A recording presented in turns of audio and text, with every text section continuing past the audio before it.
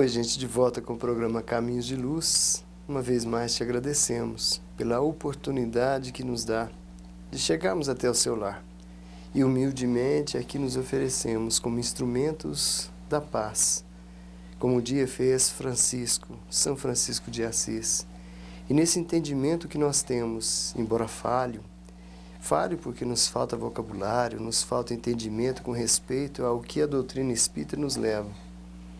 E nesse caminhar junto, lado a lado com a ciência, nós temos aprendido muitas coisas, mas muitas coisas ainda por entender, por aprender. E é assim que nós colocamos o nosso conhecimento levado até você. Por isso nós temos dito sempre, vem conosco, vamos viajar. E essa oportunidade que nós temos de ser levados até a nossa região, e cada um que capta o sinal da SGTV tem a oportunidade, como nós, é claro. Nós não somos melhores do que ninguém, gente. Muito pelo contrário, não somos e nem temos formação acadêmica. Ou na doutrina espírita não existe essa hierarquia, como se entende, que este é melhor e entende mais do que o outro, esse já está no nível... Não. Graças a Deus não é dessa forma. E diante da nossa simplicidade e diante das nossas, ainda deixando a desejar, nós aqui estamos mais uma vez com o nosso programa.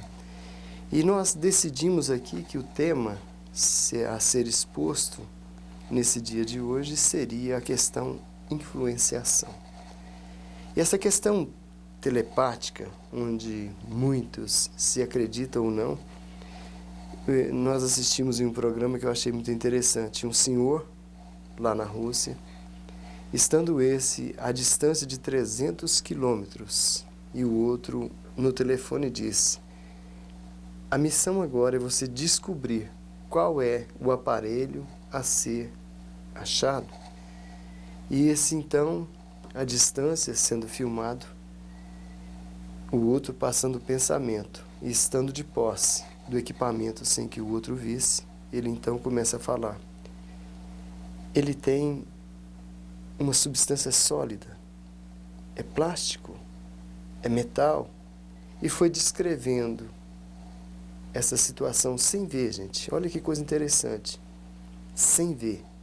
E de repente ele vai decifrando até entender que era uma miniatura de um carro. E nessa questão influenciação, quando nós aprendemos, é possível que eu, quando tendo um amigo e essa sintonia, ela casa nesse sentido, eu consigo às vezes com o meu pensamento fazer com que o outro pense da mesma forma que eu. Não é a questão telepática, mas é a questão pensamento, e o pensamento sendo esse fixo, e a gente muitas vezes fala sobre a influenciação, como é que um espírito pode me dirigir? E a gente vai ver que o Livro dos Espíritos, quando fala e dita sobre esse ritmo, diz que é possível que os espíritos possam nos influenciar, e eles falam, de ordinário, são eles que nos dirigem. E a questão influenciação, ela pode ser dada, e a gente já falou sobre isso, tanto para encarnado, para desencarnado, desencarnado para encarnado e assim por diante. Mas existe a questão da sintonia. Eu afinizo com os hábitos daquela pessoa que vai me atrair. Eu via e li há muito tempo atrás sobre a questão onde André Luiz, um espírito, um repórter do plano espiritual que dita as situações, dizia que existia ali um espírito à porta de uma casa. E ele olhando aquilo disse, mas o que ele faz ali? O instrutor então adentra a casa daquela pessoa e disse, você vai ver agora. Quando aquela pessoa abre uma garrafa de cerveja, aquele monte de espírito, ele coordena a atitude, e um monte de espíritos que sintonizam com a questão da bebida adentra ao lar. E é interessante que nós entendamos de que é preciso que nós estejamos sintonizados com os espíritos do bem. Não é isso, Gilmar? Sem dúvida. É preciso que nós tenhamos uma sintonia plena para nós adquirirmos bons hábitos e, através dos nossos pensamentos, hábitos de preces, por exemplo. Eu não quero que ninguém me coordene, a não ser que seja um espírito bom que vai me ajudar na minha proposta, correto? Corretíssimo. Bem-vindo, irmão. Muito obrigado. Vamos lá, pessoal. Essa questão do pensamento, para o pensamento não tem espaço, não tem tempo. Você pode estar aqui e de repente se ligar mentalmente a uma pessoa que está do outro lado do mundo, né? E é instantâneo. O pensamento é a forma de viagem mais rápida que nós temos. Mais rápida, muito mais rápida que a própria luz, né? E essa questão da interação com outras mentes, né, é muito assim, interessante para a gente fazer uma análise mais profunda, igual você já iniciou a questão. Olha, a ação de uma mente sobre outra mente, ela pode acontecer entre pessoas que estão encarnadas, você disse isso, pode acontecer de um espírito sobre um encarnado, pode acontecer de um encarnado sobre um espírito, né? Pode acontecer de espírito a espírito, de encarnado a encarnado, né? De todos os ângulos é possível haver essa influenciação. A questão da sintonia, né, é que, igual nós já falamos sobre a questão do rádio, das frequências, é que possibilita uma mente entrar em contato com outra. Olha, pessoal, é muito interessante colocar alguns pontos iniciais. Após o desencarne de uma pessoa, ele volta para o plano espiritual. Lá no plano espiritual, ele não se muda automaticamente.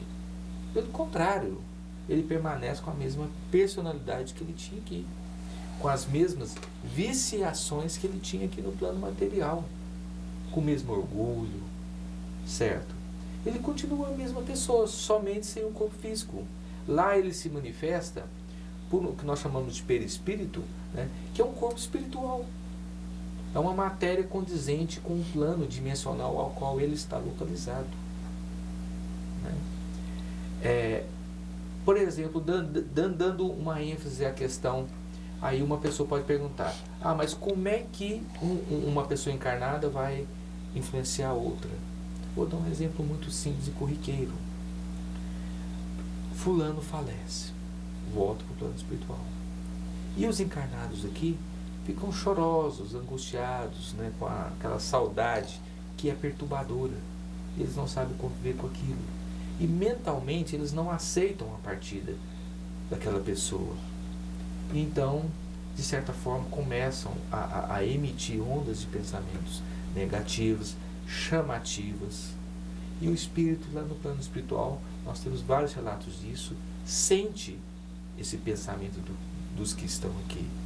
Às vezes ele está chegando num lugar novo, né, precisando de força, de coragem, de bons pensamentos, de ânimo, e de repente ele se depara, né, com energias chegando até ele e de certa forma o chamando de volta.